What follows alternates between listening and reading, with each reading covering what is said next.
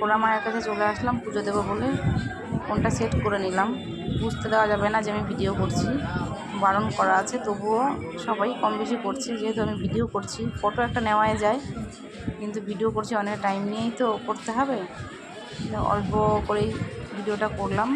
মনা বাইরে দাঁড়িয়ে আছে, ভেতরে আসেনি। ও বলছে বেশি লোক দেখে যদি আবার বকাবকি করে, তো তুমি ভিডিওটা করে নিয়ে আসো, দেখো মায়ের মন্দিরটা দেখো। যে ভেতরে আমি যাচ্ছি না, ব্রাহ্মণ দেখলে যদি খ্যাচখ্যাচ করে, সেই ভয়ে আর যাচ্ছি না, দেখিয়ে দিলাম। আর এটা ভবতারিণী মায়ের মন্দির সাইডে। পুরো গাছটা দেখো কত মোটা।